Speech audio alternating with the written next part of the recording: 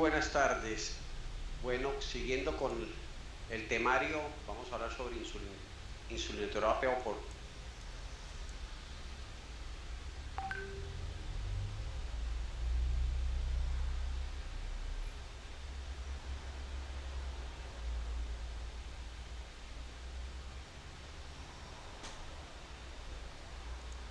Muy buenas tardes.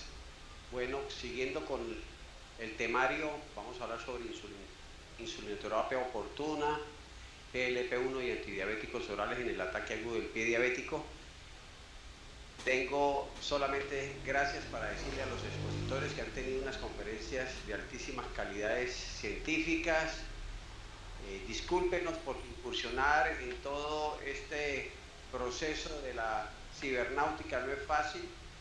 También somos partícipes de que no salgan a veces las cosas bien porque no estamos oportunamente y no compartimos rápido pantalla. A los presidentes de mesa, gracias, y vamos a intentar hacer esto lo más pronto posible para ver si cogemos tiempo y terminar puntualmente.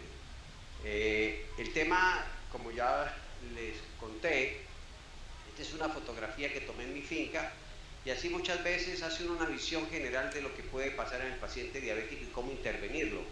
Tenemos que especializarnos en el cuento para poder hacer terapéuticas acordes a las necesidades.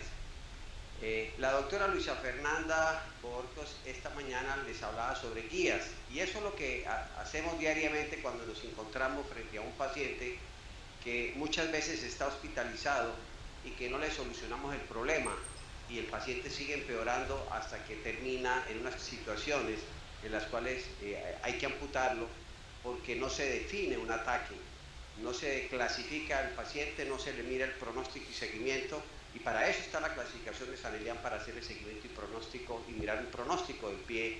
Pero este paciente hay que validar todas las metas a las cuales hay que llevarlos en control metabólico estricto, y eso es fundamental. Y la doctora Luisa les hablaba hoy de esto, una guía, un algoritmo, básicamente es una guía de intervención terapéutica.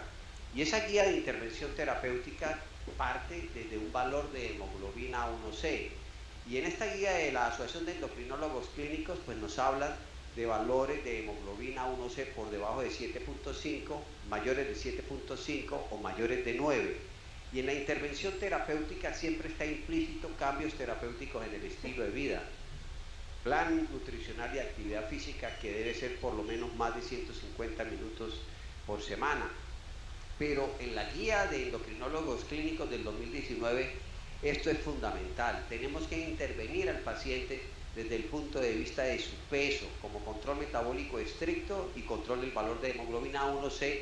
Y siempre en las guías nos hablan de las bondades de la metformina, que lleva más de 37 años mostrando la prevención cardiometabólica que tiene la utilización de metformina, especialmente de las biguanidas.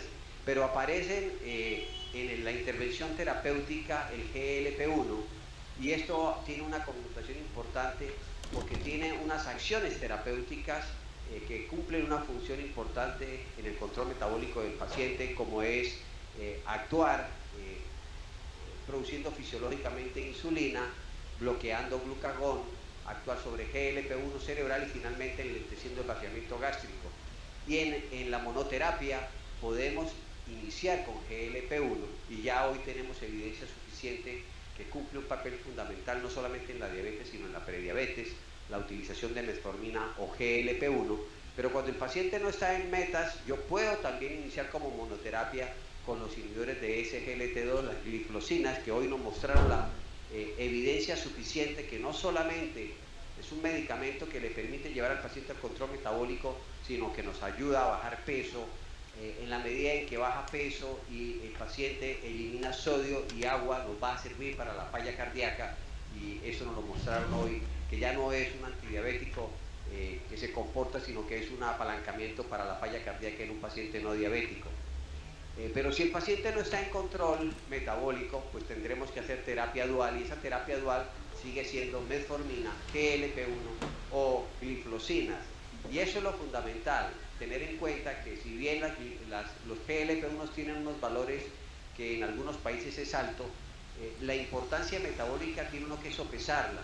y siempre, ojalá en lo posible, asociada con glifosinas y obviamente con un plan nutricional de actividad física.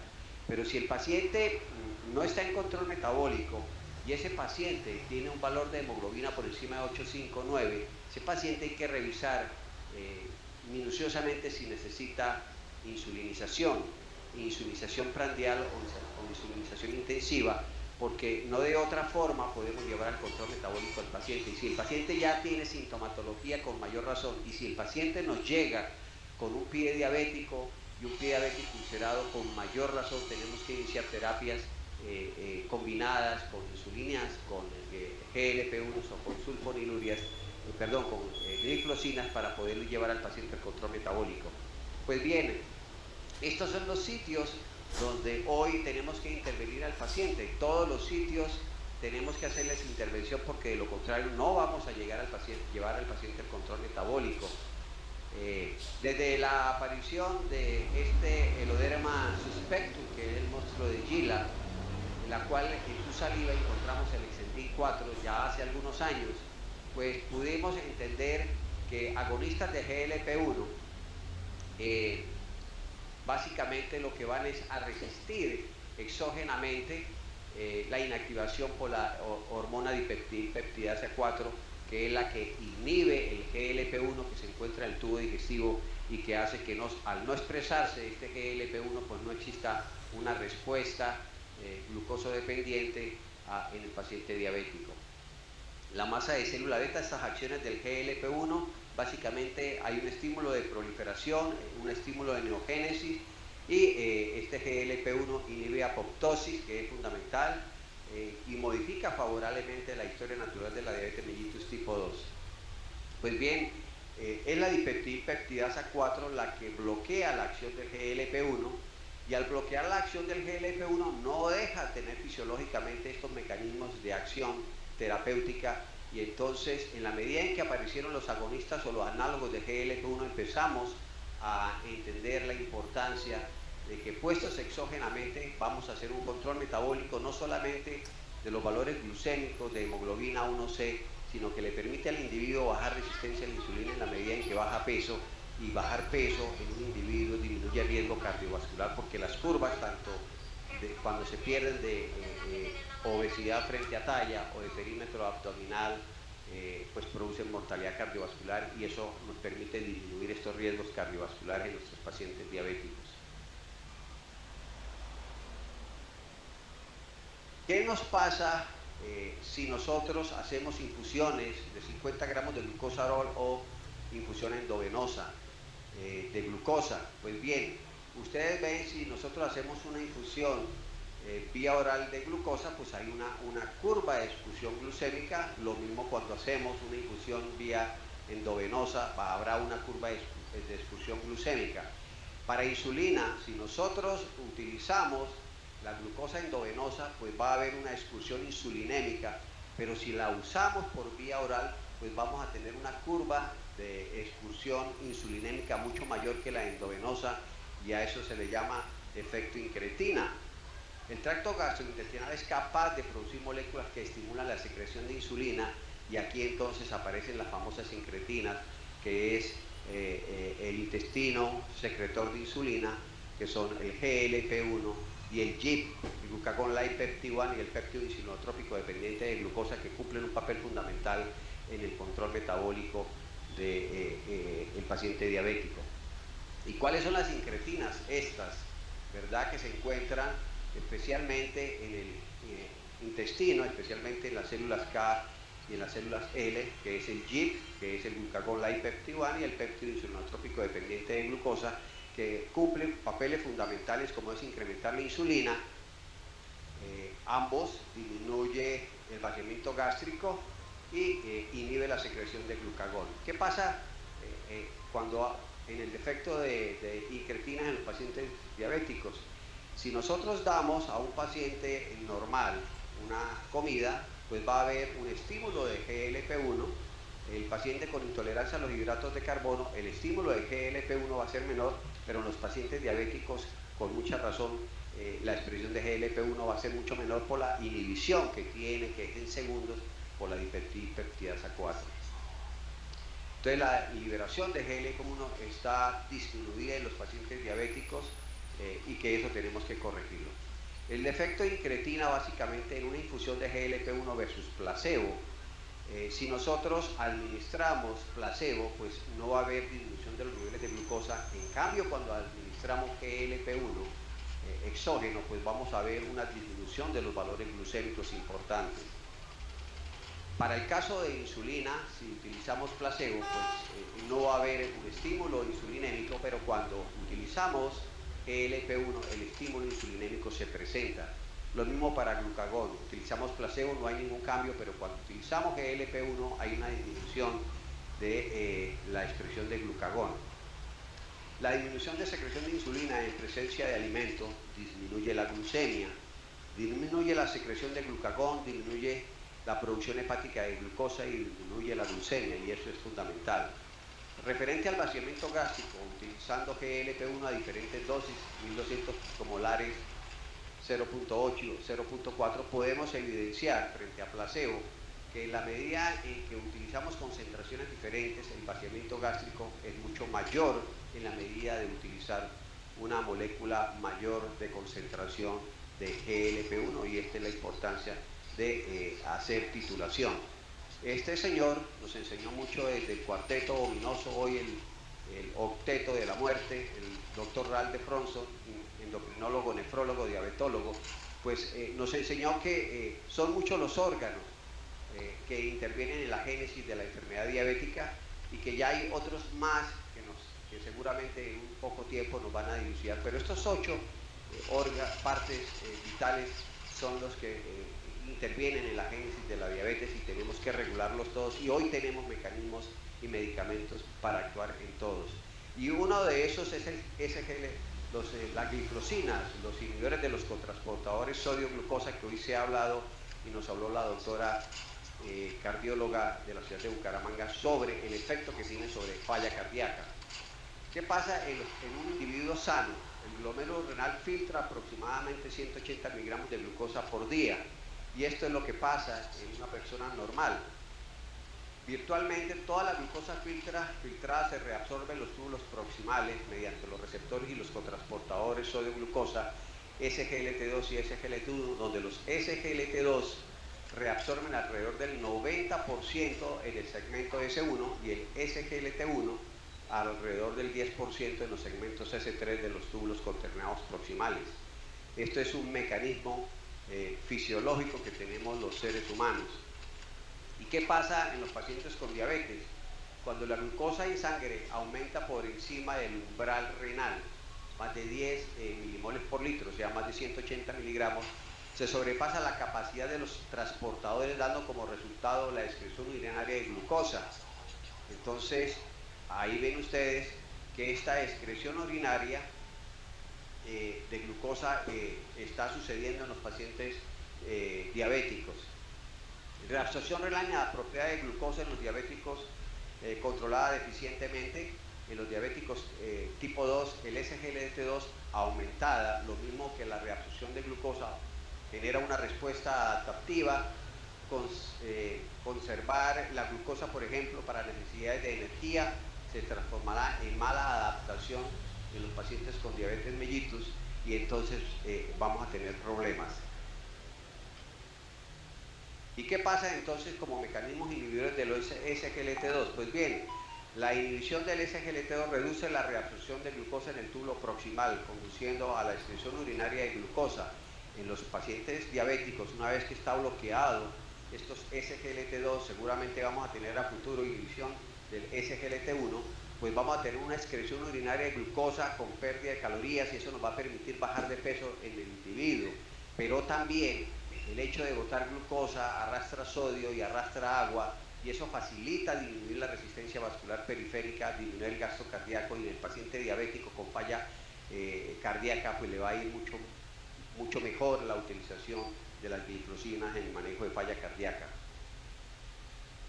Cuando seguimos visualizando una fotografía, podemos dilucidar lo que tenemos al frente, y es importante empezar a entender que nuestro paciente diabético con pie diabético todo este esquema terapéutico es importante utilizarlo para el beneficio de él. Hoy tenemos inhibidores de los SGLT2 como la empaglifosina, canaglifosina, dapaglifosina, que son las que tenemos por lo menos en nuestro país para beneficio de nuestros pacientes.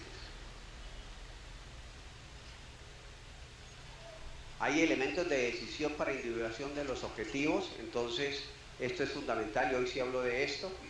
Debemos ser menos estrictos en aquellos pacientes que tienen riesgos potenciales de hipoglucemia y otros eventos cardiovasculares adversos. Entonces debemos ser menos estrictos en el valor de la hemoglobina 1C. Duración de la enfermedad, tenemos que ser mucho más estrictos en los pacientes jóvenes que inician y debutan en la enfermedad. Expectativas de vida mucho más estrictos en aquellos que son jóvenes y menos estrictos en aquellos que tienen mucha data de edad. Es importante revisar las comorbilidades y debemos ser menos estrictos, y esto nos lo enseñó el ACOR, en la cual tenemos que ser menos estrictos en aquellos pacientes mayores de 62.5 años que tienen eventos cardiovasculares y los valores de hemoglobina 1C deberíamos no tenerlos en 6.5 sino por allá alrededor de 7,5-8%. En complicaciones vasculares, si el paciente son severas, debemos ser menos estrictos, pero si no tienen, tenemos que ser muy estrictos para el control metabólico de los mismos. La diabetes tipo 2 es una enfermedad progresiva. Con el tiempo, la mayoría de los pacientes con diabetes tipo 2 requieren terapias con insulina para lograr y mantener un adecuado control glucémico, y eso lo sabemos. Aproximadamente más de 10 años de haber tenido la enfermedad, estos pacientes necesitan insulinoterapia casi permanente porque hay una depresión de la célula beta productora de insulina, y esto es lo que nos pasa. Iniciamos en el diagnóstico con un 50% menos de la masa productora de insulina, y lo que sabemos es que aproximadamente a 10 años el 10% de las células funcionan. Generalmente se pierde entre 4 al 5% por año, y la reserva de insulina pasados 10 años pues es muy poca, y por eso es importante fisiológicamente y semiológicamente mirar peso del individuo en la medida que va pasando el tiempo, porque no es lo mismo un paciente que debuta obeso, pierde peso, es un obeso que pierde peso, o ya está delgado, es un delgado que pierde peso, y eso nos dice qué tenemos que hacer frente al paciente. ¿A quiénes se les debe utilizar insulina? A todos los pacientes con diabéticos tipo 1, 28% de los pacientes con diabetes tipo 2 utilizan insulina, el 16% solamente utilizan insulina en una sola dosis, 12% insulinas combinadas con antidiabéticos orales, pero el 72% utilizan antidiabéticos orales y dietas, y muchas veces no llevamos al paciente al control metabólico, le damos palmaditas al paciente en la espalda y le decimos que con 180, 200 o con 7, 8, 9 o 10 de hemoglobina 1C está bien, y resulta que se nos olvida que el estudio UKPS nos enseñó lo que tenemos que enseñarle a nuestros pacientes para el control metabólico de la enfermedad. Dentro de las indicaciones de la insulinoterapia en el paciente diabético y el paciente diabético que tiene úlceras, es importante utilizar insulinoterapia en pacientes con hiperglucemia severa, con glucemias en ayuna mayor de 250, glucemias plasmáticas al azar mayor de 300, con hemoglobinas A1C mayor de 9%, cetonemias o cetonurias, diabetes mellitus sintomática, en diabetes LADA, en alergias a agentes antidiabéticos orales, en enfermedades hepáticas y renales avanzadas, eventos intercurrentes como infarto agudo de miocardio, accidente cerebrovascular, enfermedades agudas, cirugías, infecciones, y ahí está el pie diabético como una medida de intervención terapéutica. No podemos manejar al paciente diabético con una carga metabólica y una carga de procesos inflamatorios de alto y bajo grado simplemente con antidiabéticos orales, porque el paciente se nos muere. En pacientes embarazadas, en diabéticas gestacionales, en hiperglucemias persistentes con agentes orales, insulinas convencionales. Hoy se habló de esto, pero es importante recordarles que las insulinas humanas cumplen un papel fundamental, y dentro de estas insulinas humanas, la U100 y hoy tenemos U300 que nos permiten aplicar concentraciones menores a nuestros pacientes. Sus acciones, debemos saber, acciones de insulinas convencionales como la rápida, que puede terminar a las 6 o a las 8 horas, pero su comienzo puede ser media o a la hora, su pico máximo entre 2 a 4 horas, y las intermedias, que su comienzo puede llegar hasta las 2 horas, su pico máximo puede durar 10 horas y termina entre las 2 y las 24 horas. Las insulinas convencionales de comercialización rápidas, intermedias, los diferentes laboratorios que nos han aportado el beneficio del control metabólico de nuestros pacientes.